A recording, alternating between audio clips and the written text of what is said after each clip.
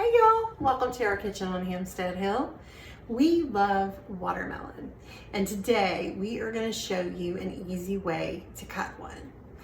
We used to buy the pre-cut watermelons in those plastic containers, the ones you get at the grocery store, but we eventually figured out that you don't get nearly as much watermelon and it's more cost effective to buy a whole one. So here's how we do it. Alright, so what we find to use best is one of these round watermelons, not the oblong ones, and we typically use seedless. The easiest way to start is just to cut the ends off so that you have a flat surface to work on either end.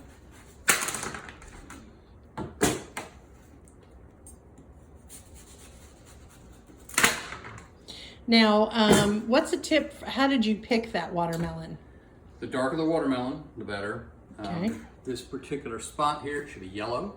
It's called the Okay. field spot. If it's white, it's not going to be that sweet. Okay. And then the uniformity of the lighter green stripes down here, if you look at this watermelon, it's pretty uniform all around. So those are the three keys to look for. So the easiest way to do it, I call this the peel methodology. Okay. As if you're peeling the watermelon. Peeling watermelon like an orange or something along those lines. Okay. Easiest way to get it. Most of it cut easily and quickly, and with the least amount of mess that you can get.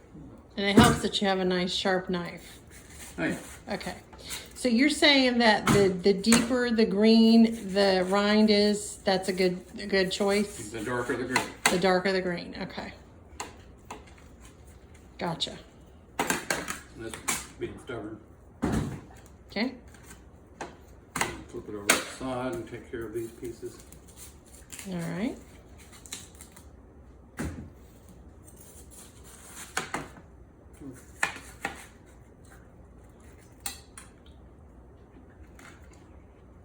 How is it? Pretty tasty. Okay, so it's a good melon. Yeah. Okay. That's a little white. And this is a seedless watermelon? It is a seedless watermelon. Okay. So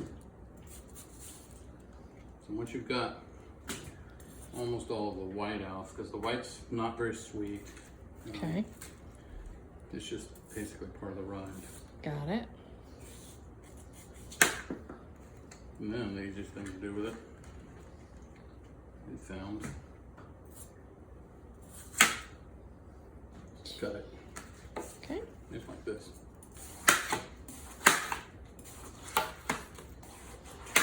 That's when you have a nice sharp knife like that, it makes all the difference. It just slices through it like butter. Yep. Like butter. And then I like to cut it in blocks. Mm-hmm. So cut it in strips first and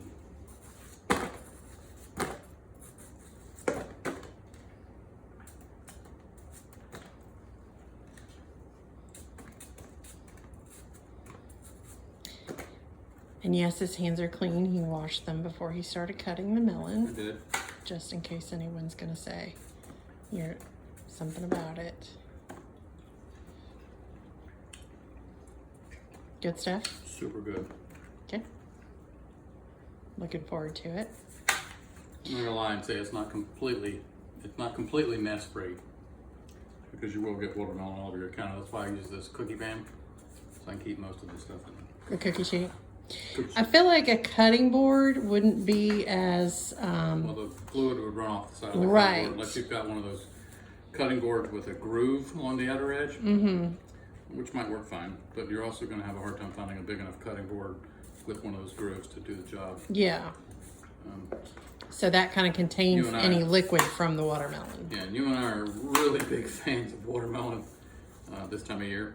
Yes, we are. We can eat this with just about every single meal. I know, and I like to pull it out of the fridge and just snack on it a little bit throughout the day. It's kind of a nice, Refreshing snack. yeah, it really is. And we used to buy, like you said earlier, we used to buy those pre-cut grocery store things, Uh-huh.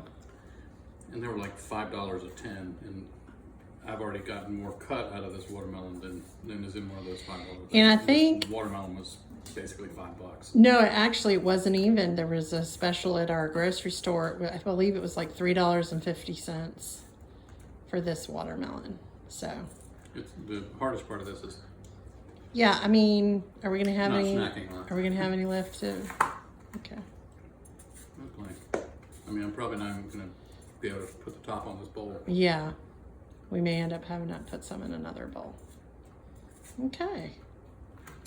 And that's all there's to it. You just cut it up until you get down to nothing. Okay. Perfect. That's it. Thank you for showing us how to do it.